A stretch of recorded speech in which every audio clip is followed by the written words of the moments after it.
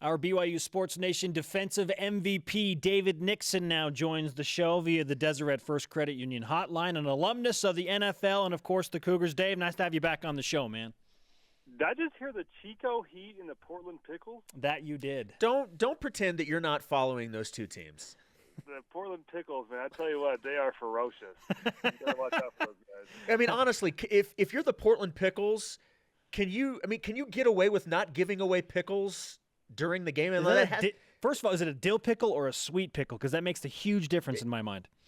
Hey, mad respect, because they're probably drinking a lot of pickle juice, which we know prevents cramps. So Yes. They're probably well hydrated, and they're good players. So, hey, my respect level just rose for them. We're off to a rip-roaring start with David Nixon on BYU Sports Nation. Why not go to Pokemon Go now, Dave? Have you downloaded the game?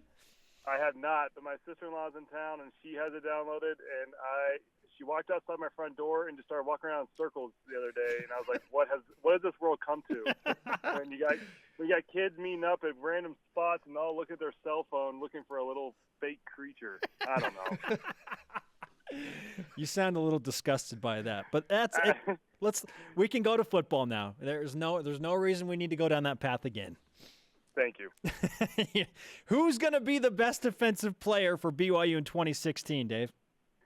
Man, I think it's a guy that stood out for me last year and was a baller, and I think that's Kai Nakua. I think Kai, you look at his interceptions, 6 interceptions last year, tied now the cornerback coach, Narl Guilford, for the most interceptions at BYU in a single season. He had a big one, against Boise State to wrap that one up. In fact, 3 of them came against Boise State. And I think with that secondary, with how it's shaping up with Troy Warner playing the corner, freshman, newcomer, you got Mike Davis and other guys will be rotating the other corner. Micah Hanneman has now moved back to safety, so that's kind of a new spot for him. I think Kai's going to have to be that solid rock foundation for that secondary to command it and move guys around. And in the 4-3 defense that BYU is changing to, typically it's a strong safety that rolls down and is that enforcer, but we saw Kai roll down last year and lay some huge hits on those running backs up at the line of scrimmage and he's just a ball hawk, and he has a great knack for the ball. So I expect big things out of Kai this year, and being kind of that general back there in the secondary and being that one constant each game in and out that he'll be the one making plays. And like I said, coming off last year, having tied the record for interceptions in a season, I expect him to go out there and beat his record that he's tied last year and go for 7+. Every year there seems to be a player that, I don't want to say overachieves, but kind of comes out of nowhere and really plays well. Which defensive player do you think will be that overachiever in 2016? Well, there's a lot of big names on the defense, right? You got Fred Warner, who had a great season last year. You got Harvey Longy, who you just mentioned, named to the Buckus Award watch list. So you got big names in there. But one name that I think BYU will be surprised by is Francis Bernard. I mean, you got to remember, this guy was the second leading rusher on BYU's team last year, and they move him over to defense, which is obviously the proper move because all stud athletes play defense.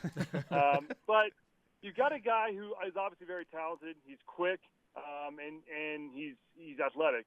And in a 4-3 defense, you put him, on those outside backers, and we'll see how it plays out, but possibly the will linebacker spot.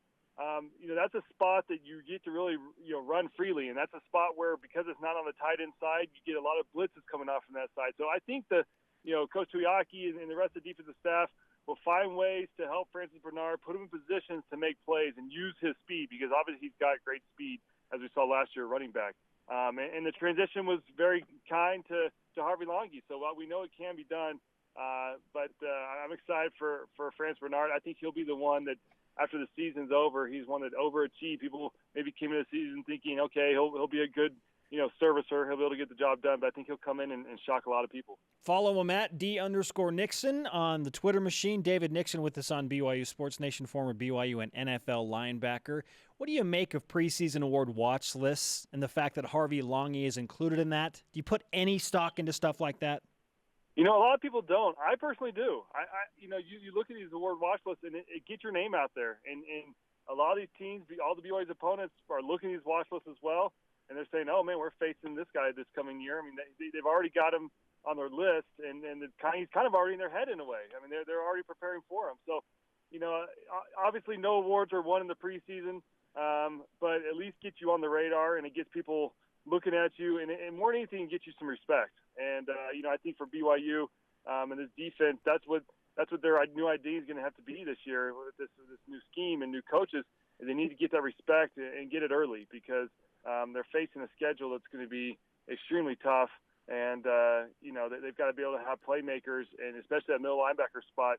I go back to my days with Cameron Jensen, the general. He commanded that whole defense. He's the one calling the plays. So to have a guy that's on the award watch list, the Buckets award watch list as your middle linebacker, is perfect for BYU's defense. Well, we've talked about Harvey Langi several times already, and expectations for him are high, and I think that's something that he welcomes. Do you think he can live up to those expectations this season? I think so. I mean, he showed last year that he was a baller. I mean, I go back to the UCLA game, his interceptions, and just how he plays, and he plays with passion. That's one thing I love about Harvey is, he goes out there day in and day out. He works hard, but he's out there playing with passion, and you love those guys as a defensive player, because you look to your leaders, and you want those guys to be out there kind of paving the way, being hard workers, and that's what Harvey is. And so I don't think there's anybody that's better suited for being that captain on that defensive side than Harvey Langi. And I'm excited for him. And I think these accolades, his preseason accolades are fitting, because he showed last year that he is a playmaker. But now this year, now that you've got it, you're on the list, you got to go out there and prove it. And you now will have teams double teaming you. You'll have a guard and tackle trying to come up and combo on you to prevent you from getting to the ball. And so, he's got a target on his back, and which as a player, that's even more exciting, knowing that you got teams gunning for you, and you still have to go out there and produce. From your perspective as one that has excelled at the linebacker position at multiple levels, David, what is the biggest difference that we will see for BYU going from a 3-4 scheme to the 4-3 scheme, meaning 4 down linemen and just 3 linebackers this year?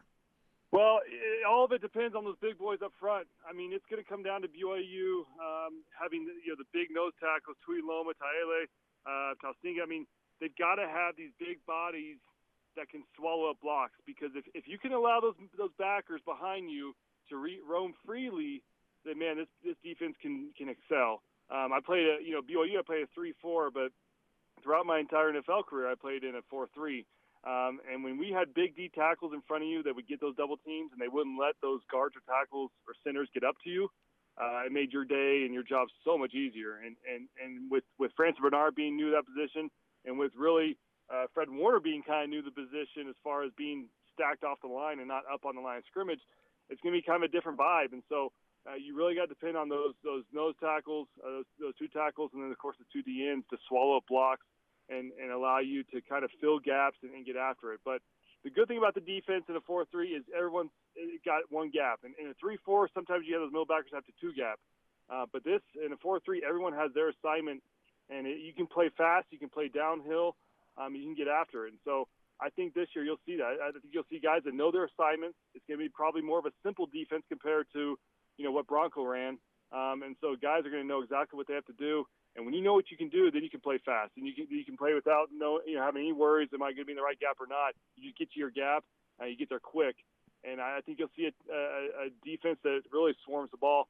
And in reality, they're going to have to, because you look at last year and what they did against the run. I think they averaged about 140. They give up about 144 yards a game, which, when you look at that, you're thinking, okay, that's not terrible. But then you go against the P5 schools. I mean, again, UCLA, they give up 296 yards. Michigan gave up 250 plus.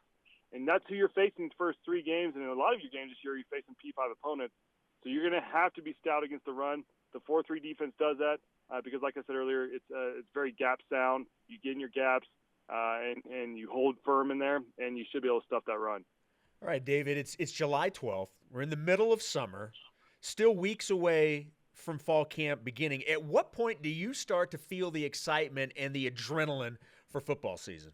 It's now. It's 100% now, man. I'm telling you, the month of July, it's here. I mean, we're already the middle of July, and these guys, I can assure you, they've got probably a vacation plan here in the next week or two to get away, clear their mind before they report to fall camp. But the time is here. I mean, they're finishing up doing 7-on-7s and workouts and things like that. It's hot outside, so the weather is getting ready for fall camp. I mean, it's now. I'm telling you, it's an exciting time.